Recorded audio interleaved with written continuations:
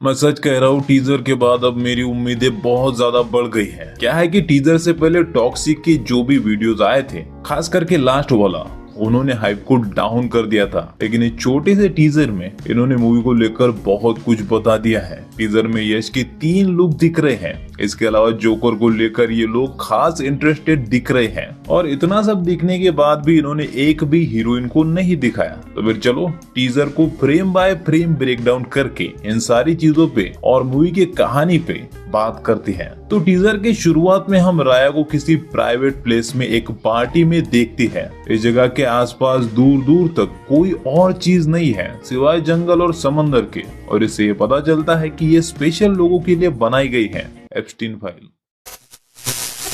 लेकिन यहाँ पे राया का जो लुक हमें देखने को मिलता है वो उसका ओल्ड वाला वर्जन है, जहाँ उसके बाल बड़े हुए हैं और उसके चेहरे से पता चल रहा है कि उसकी उम्र ज्यादा है कंपेयर टू अदर 2 वर्जन्स। और उन पे भी हम थोड़ी ही देर में बात करेंगे। लेकिन पहले फ्रेम बाय फ्रेम आगे बढ़ते हैं। तो अब इसके बाद बहुत ही जल्दी में कुछ फ्रेम्स निकल जाती है और उनमें से एक फ्रेम में हमें बर्फ का सीन दिखाया जाता है, जहाँ पे कई सारी गाड़ियां चल रही है और लाशों के बीच एक इंसान खड़ा है। ये राया का वही ओल्ड वर्जन है जिसके बाल बड़े हैं और उसके पीठ पे एक बड़ा सा टैटू है। तो अब यहाँ पे ये क्या कर रहा है और यहाँ पे क्या होने वाला है, ये सब कुछ टीजर में हमें आगे पता चलने वाला है। लेकिन उसके अगले ही फ्रेम में हमें एक कोको कोला की शॉप पे ये लिखा हुआ दिखता है सिंस 1913। और इससे मूवी के बारे में 2 इम्पोर्टेंट बातें पता चलती है। पहली, मूवी की टाइमलाइन 1930 के बाद की होने वाली है। और ऐसे रूमर्स भी निकल के आ रहे थे कि टॉक्सिक की टाइमलाइन 1940 से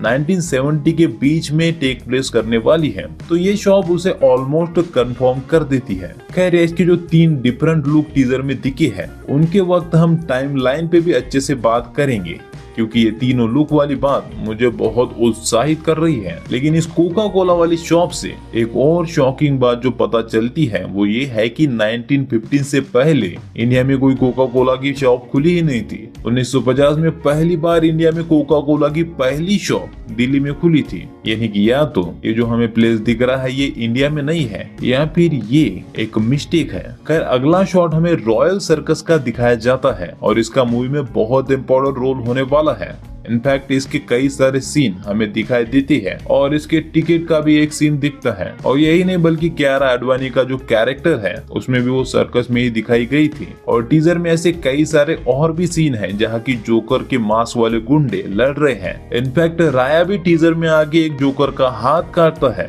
और एक को कांच से रगड़ देता है। वैसे ये कांच से मुंडी को रगड़ने वाला सीन मैंने पहले भी कहीं पे देखा है, पर याद नहीं आ रहा है कि साला कहाँ पे देखा है। खैर, तुम्हें ये तो समझ में आ गया होगा कि सर्कस बहुत इम्पोर्टेंट है। लेकिन सर्कस के साथ साथ ये जोकर भी काफी इम्पोर्टेंट रोल निभाने वाला है। और इसलिए जोकर को लेकर मेरी थ्योरी ये है कि मूवी का second main villain royal circus में काम करेगा, जो कि पेशे से क्लाउन होने वाला है, पर उसका रियल धंधा गैंग चला के गलत धंधे करना रहेगा। और इसलिए उनके गैंग में भी सभी जोकर का मास्क पहनेंगे। और ये गैंगस्टर वाली क्लासिक चीज है कि कोई सिंबॉलिकल मास्क पहन के ये लोग सभी एक जैसे घूमते हैं। पर हाँ, ये जो सारी चीजें हैं ये प्रेजेंट टाइम में नहीं होने वाली, क्योंकि यहाँ पे हम जिस राया को देखते हैं वो सेकंड वाला है। इसकी हेयर कट शॉर्ट है और पिछले ब्रेकडाउन वाली वीडियो में मैंने तुम्हें बोला था कि इसकी पीठ पे कोई टैटू नहीं है, जो कि इस वाले राया की पीठ पे है। मतलब ये दोनों डिफरेंट टाइमलाइन से आते हैं। यानी कि ये जोकर वाला विलन भी पास्ट में ही होने वाला है।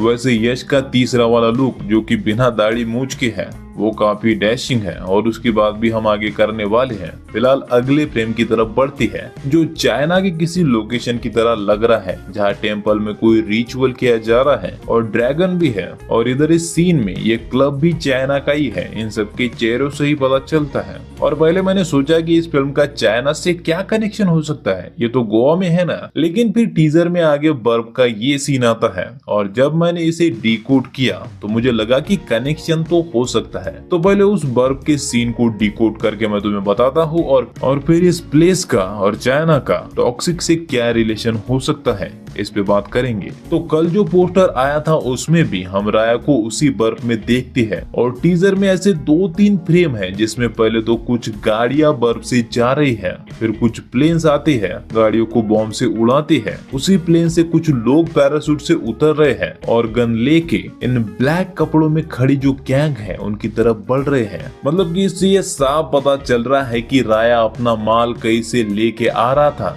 या फिर कहीं पे लेके जा रहा था और फिर बीच रास्ते में उस पे आर्मी ने हमला कर दिया और गैंग वॉर में उसने और उसके साथियों ने सबको मार दिया और उसका माल भी तबाह हो गया, क्योंकि एक फ्रेम में वो लाशों के बीच अकेला खड़ा है और उसकी गाड़ियां भी चल रही है जिनमें की माल था। अब इन लोगों को मैंने सोल्जर इसीलिए बोला क्योंकि ये प्लेन मिलिट्री का कार्गो प्लेन है और इनका पहनावा भी कमांडो से काफी मैच होता है, पर इसका चाइना से क्या लेना देना। तो इसको लेकर मेरी थ्योरी ऐसी है कि हो सकता है कि राया चाइना से कुछ स्मगलिंग करके इंडिया ला रहा है। और देखो ये थ्योरी इसीलिए भी वर्क करती है क्योंकि चाइना की उस टेम्पल में हम चाइनीज माफिया को भी देख सकते हैं। ये सभी लोग सूट बूट पहन के ऐसे खड़े हैं जैसे कि गैंगस्टर अपने बॉस की बात सुनने के लिए खड़े होते हैं और तुम देख सकते हो कि सामने एक चाइनीज आदमी खड़ा है। और यही नहीं बल्कि एक सीन है जो कि उसके आगे है, वो थोड़ा सा ब्लरी है लेकिन उन्हें वहाँ पे चलते हुए क्लियरली देखा जा सकता है और देख के ही पहचान में आ जाता है कि वो गैंगस्टर ही है। हालांकि ये बस मेरी थ्योरी है। वैसे टीजर से पहले जो ग्लिम्स आ चुके हैं वो सारे मूवी का पार्ट होने वाले हैं। ऐसा शुरुआत में मैंने इसीलिए कहा था क्योंकि टीजर में उनके कुछ शॉट दिखाए गए हैं जैसे कि लाइटर वाला ये या फिर ये कब्रिस्तान वाला। खैर चलो फाइनली 3 यश के अलग अलग वर्जन पे आते हैं। पहले 2 तो मैंने तुम्हें क्लियर कर दिए कि पहला वर्जन में भी 1930-40 के आसपास एग्जिस्ट करता होगा और वही पे जो प्रेजेंट का है वो 1970s में। इसलिए अगर तुम इस बार टब वाले सीन में यश का चेहरा देखोगे तो वो थोड़ा सा प्रभात जैसा लग रहा है, लेकिन यश यहाँ पे मोटा नहीं है बल्कि ये जानबूझ के किया गया है उसके ओल्ड वर्जन को बिलीवेबल बनाने के लिए, क्योंकि करीब 30 साल बीत चुके हैं। बाकी जो यंग वर्जन है वो राया का बेटा होने वाला है, ऐसी मेरी वाइल्ड थ्योरी है और इसके रीजन है मेरे पास। पहले तो वो खुद ये बोलता है I'm home, Daddy। और हम सब ने देखा है कि पिछले ग्लिम्स में राया ने क्या बोला था, Daddy's home। तब ऐसा लग रहा था कि ये सिर्फ स्टाइल में बोला है, लेकिन अब ऐसा लग रहा है कि शायद इसके पीछे कुछ डीप मीनिंग है और ये राया नहीं हो सकता ऐसा इसलिए भी क्योंकि हमने राया का यंग वर्जन ऑलरेडी देख रखा है। वो ऐसा तो बिल्कुल नहीं है बल्कि वो ऐसा है जो कि हमने पिछले क्लिप में देखा था, यानी कि ज्यादा मस्कुलर, ज्यादा स्टाइलिश और ब्रूटल। अच्छा चलो ब्रूटलनेस में दोनों को सेम रखते हैं, लेकिन उसका बेटा उतना मस्कुलर नहीं है और उसका कपड़े पहनने का स्टाइल राया से बहुत अलग है। लेकिन पता नहीं क्यों ये मुझे सोल्जर वाली वाइब देता है। मतलब जिस तरह से ये लड़ता है ऐसा लगता है जैसे कि किसी ने इसे ट्रेनिंग दी है वैसी दरिंदा बनने की, और इसकी हेयर कट भी एक सोल्जर से काफी मैच होती है और इसका पहनावा भी। तो चलो फिर अगर मुझे ऐसा फील हो ही रहा है तो इस पर जो मेरी एक वाइल्ड थ्योरी मैंने बनाई है वो भी मैं तुम्हें बता ही देता हूँ। तो जोकर गैंग का जो बॉस है जो कि मेन विलन होने वाला है वो राया के बेटे को या तो बचपन में किडनैप करेगा या फिर जवानी में राया के खिलाफ भड़का के उसके सामने खड़ा कर देगा। और राया को तुम देख ही सकते हो एकदम चिल आदमी है, मतलब कि मुझे नहीं लगता कि उसे परिवार की कुछ ज्यादा पड़ी होगी, तो उसके बेटे को मैनिपुलेट करना बहुत आसान होगा। यानी कि डेफिनेटली हमें यश वर्सेस यश देखने को मिलने वाला है। और अगर तुम लोगों के मन में ये डाउट है कि मैं जोकर को लेकर इतना श्योर कैसे हूँ, तो मैं तुम्हें शुरुआत की सबसे पहली जो अनाउंसमेंट वाली वीडियो आई थी वो दिखाना चाहता हूँ। और अगर तुम उसे देखोगे तो उसमें भी यश के अलावा जो एक और पोस्टर आया था,